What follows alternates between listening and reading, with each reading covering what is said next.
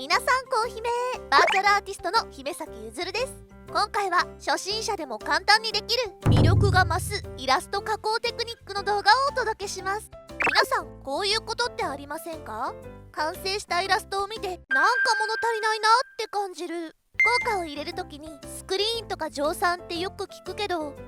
時に使えばいいのかよくわからなくて使えない。そんなあなたのために少しの手順で簡単にできちゃうイラスト加工のやり方を解説していこうと思います。イラストの見栄えを良くするのって結構手間がかかるんだろうなって思われがちですが、実は割と簡単な加工でもイラストの見栄えをぐっと変化させることができるんです。今回はその中からいくつか解説していくんですけど、1つ5分もかからないくらいお手軽にできるので、ぜひ最後まで見ていってくださいね。スクリーンで光を表現。まずはイラスト加工の時に一番使う頻度が高いスクリーンを使っていきましょう。この効果が何も入っていない状態のイラストをもっとふわっとして明るく柔らかい感じのイラストに変えちゃいます。まず効果を入れやすいようにレイヤーをまとめていきます。キャラの線画や塗りのレイヤーを全て一つのフォルダにまとめます。で、このフォルダをコピーしてコピーしたものを統合します。そしたら元の未統合のイラストは一旦非表示にしましょう。この統合したイラストに効果をかけていきます。イラストの上に新規レイヤーを作成します。このレイヤーをスクリーンモードにしたらエアブラシを選択します。クリスタ以外のソフトで描いてる方はこんな感じで先端がボケてる柔らかいブラシを選択してください。これで光を入れていきます。太陽の光が当たってる感じにしたいので黄色で入れてみます。入れるとほら、入れた部分がふわっと光ってる感じになったでしょ。こんな感じでスクリーンを使うことでふわっと柔らかい光を表現することができちゃうんです。髪のハイライトの部分にも入れていきます。あとは肩の部分とかですね。ここは髪の部分よりもう少し濃い色にしましょうか。胸の上の部分も出っ張ってるのでここにも光を入れていきます。スクリーンで入れた部分を通常レイヤーにするとこんな感じです。スクリーンは明るい色で入れるほど明るくなります。なので光がたくさん当たってる右側の方は黄色で入れて、肩の部分や前髪の部分はあまり光りすぎないようにオレンジ色で入れました。もっと光らせたい時は色を明るく、光を弱めたい時は色を暗くしてみてください。このイラストこのままでも雰囲気があって綺麗なんですけど、これよりさらにエモさをアップできるのでちょっとやっていきましょう。右上から光が当たってるので左下に影ができてるイメージの背景を追加します。そしたら乗算レイヤーでキャラの左下に影を追加します。あとこの髪の部分も乗算で少し暗さを出していきます。そうするとほら、スクリーンだけを追加した時よりももっと雰囲気が出るでしょ。こんな感じでスクリーンを使う時は乗算も使って暗い部分を作るとより雰囲気のあるエモいイラストに仕上がります。皆さんもぜひやってみてくださいね。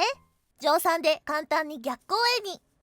次は乗算を使って簡単に今流行りの逆光のイラストに加工しちゃいましょう。乗算は塗った部分の色をより濃く暗くする効果があるので、それを利用して逆光を表現します。人物レイヤーに乗算レイヤーをクリッピングして全面に色をのせます。そしたら今回は右後ろから光が当たってるイラストなので人物の右端の部分を消していきます。そうするとほら、縁の部分に光が当たってそれ以外の部分は暗いのでちゃんと逆光っぽい絵になってきたでしょ。ちなみに乗算レイヤーにのせる色ですが、思ったよりも結構色が濃く出るのでこのくらい薄い色から入れてみましょう。塗った後に濃すぎたなと思ったらレイヤー濃度を下げて調整してみてくださいね。乗算で一つの色だけベタっと塗ったのでこれだとちょっと絵が平面っぽくてあんまり立体感がないように見えてしまいます。なので顔の部分と胸のあたりをエアブラシで少し消します。こうするとキャラの顔が見やすくなるし立体感も出ますね。乗算レイヤーを通常レイヤーにするとこんな感じになってます。あと光源と反対の暗い部分にリニアライトで細い光を入れます。これを入れると背景とキャラの境目がはっきりして入れない場合と比べるとキャラの存在感が引き立って見えるんですよね。はい、こんな感じで簡単に雰囲気のある逆光のイラストができちゃいました。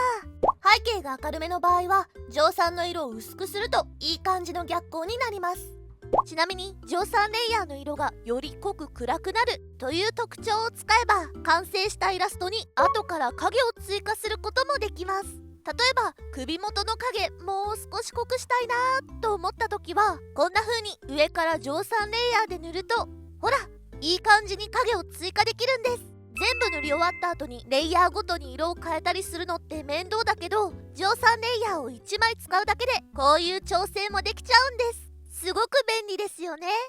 オーバーレイで絵に鮮やかさを足す。次はオーバーレイを使ってこの絵の印象を変化させちゃいましょう。オーバーレイを使うとどうなるかというと、イラストに鮮やかさや深みをプラスすることができるんです。実際にやってみた方が分かりやすいので早速やってみましょう。今回も筆はエアブラシを使っていきます。頭の上などの明るくしたい部分にカラーサークルの上の方の色を選んで塗っていきます。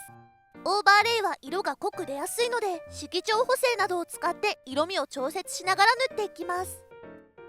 首元あたりの影になる暗い部分にはカラーサークルの下の方にある濃い色を入れてみましょう。影の部分に色を入れると分かりやすく印象が変わってきますね。腕の部分にも赤系の色、服の部分には水色っぽい色を入れてみます。あとリボンの部分もですね。ここもリボンが青いので青で色を入れてます。顔にも入れて、どうでしょうか。元のイラストよりも色がはっきり鮮やかになったでしょ。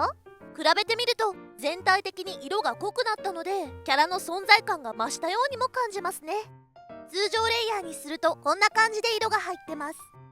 オーバーレイは実は先ほど使ったスクリーンと蒸散どちらの特徴も持っているんです。カラーサークルの上の方の明るい色を入れるとスクリーンを入れたように明るく、カラーサークルの下の方の暗い色を入れると蒸散を入れたように暗くなります。そしてオーバーレイはそれに加えて全体的に色がはっきり鮮やかになる特徴も持ってます。私はイラストの色をもう少し鮮やかにしたいなと思った時によくオーバーレイを使用しています。イラストに色味がプラスされるので、今回みたいに暖色を入れればより温かみのある絵になるし、逆に青や水色などの感触を入れるとひんやりして落ち着いた絵に変化します。色味を変えるだけで結構イラストの印象って変わるので仕上げに便利なんですよね。いろんなパターンで色を入れて絵に変化を出してみるのもおすすめです。ただオーバーレイはあまり濃い色で入れすぎると彩度が高くなりすぎて印象が強い絵になってしまうので、濃くなりすぎた時はレイヤーの不透明度を下げたりして調整してみてください。追加でプロのイラストレーターさんもよく使ってるテクニックをご紹介します。イラスト全体の色味にもうちょっと統一感を持たせたいなと思った場合、オーバーレイで全体に色を重ねると、はい、どうでしょう。イラスト全体にオレンジの色味が足されて、入れる前と比べると統一感が出たでしょ。また背景の色がキャラの色と合ってない気がするという時も、全体にオーバーレイで色をのせると、はい、こんな感じ。背景とキャラどちらにも紫の色味がプラスされたことによってイラスト全体の色味に統一感が出ましたよね。こんな風に最終的な色味の調整にも使えて便利なので、ぜひ覚えておいてくださいね。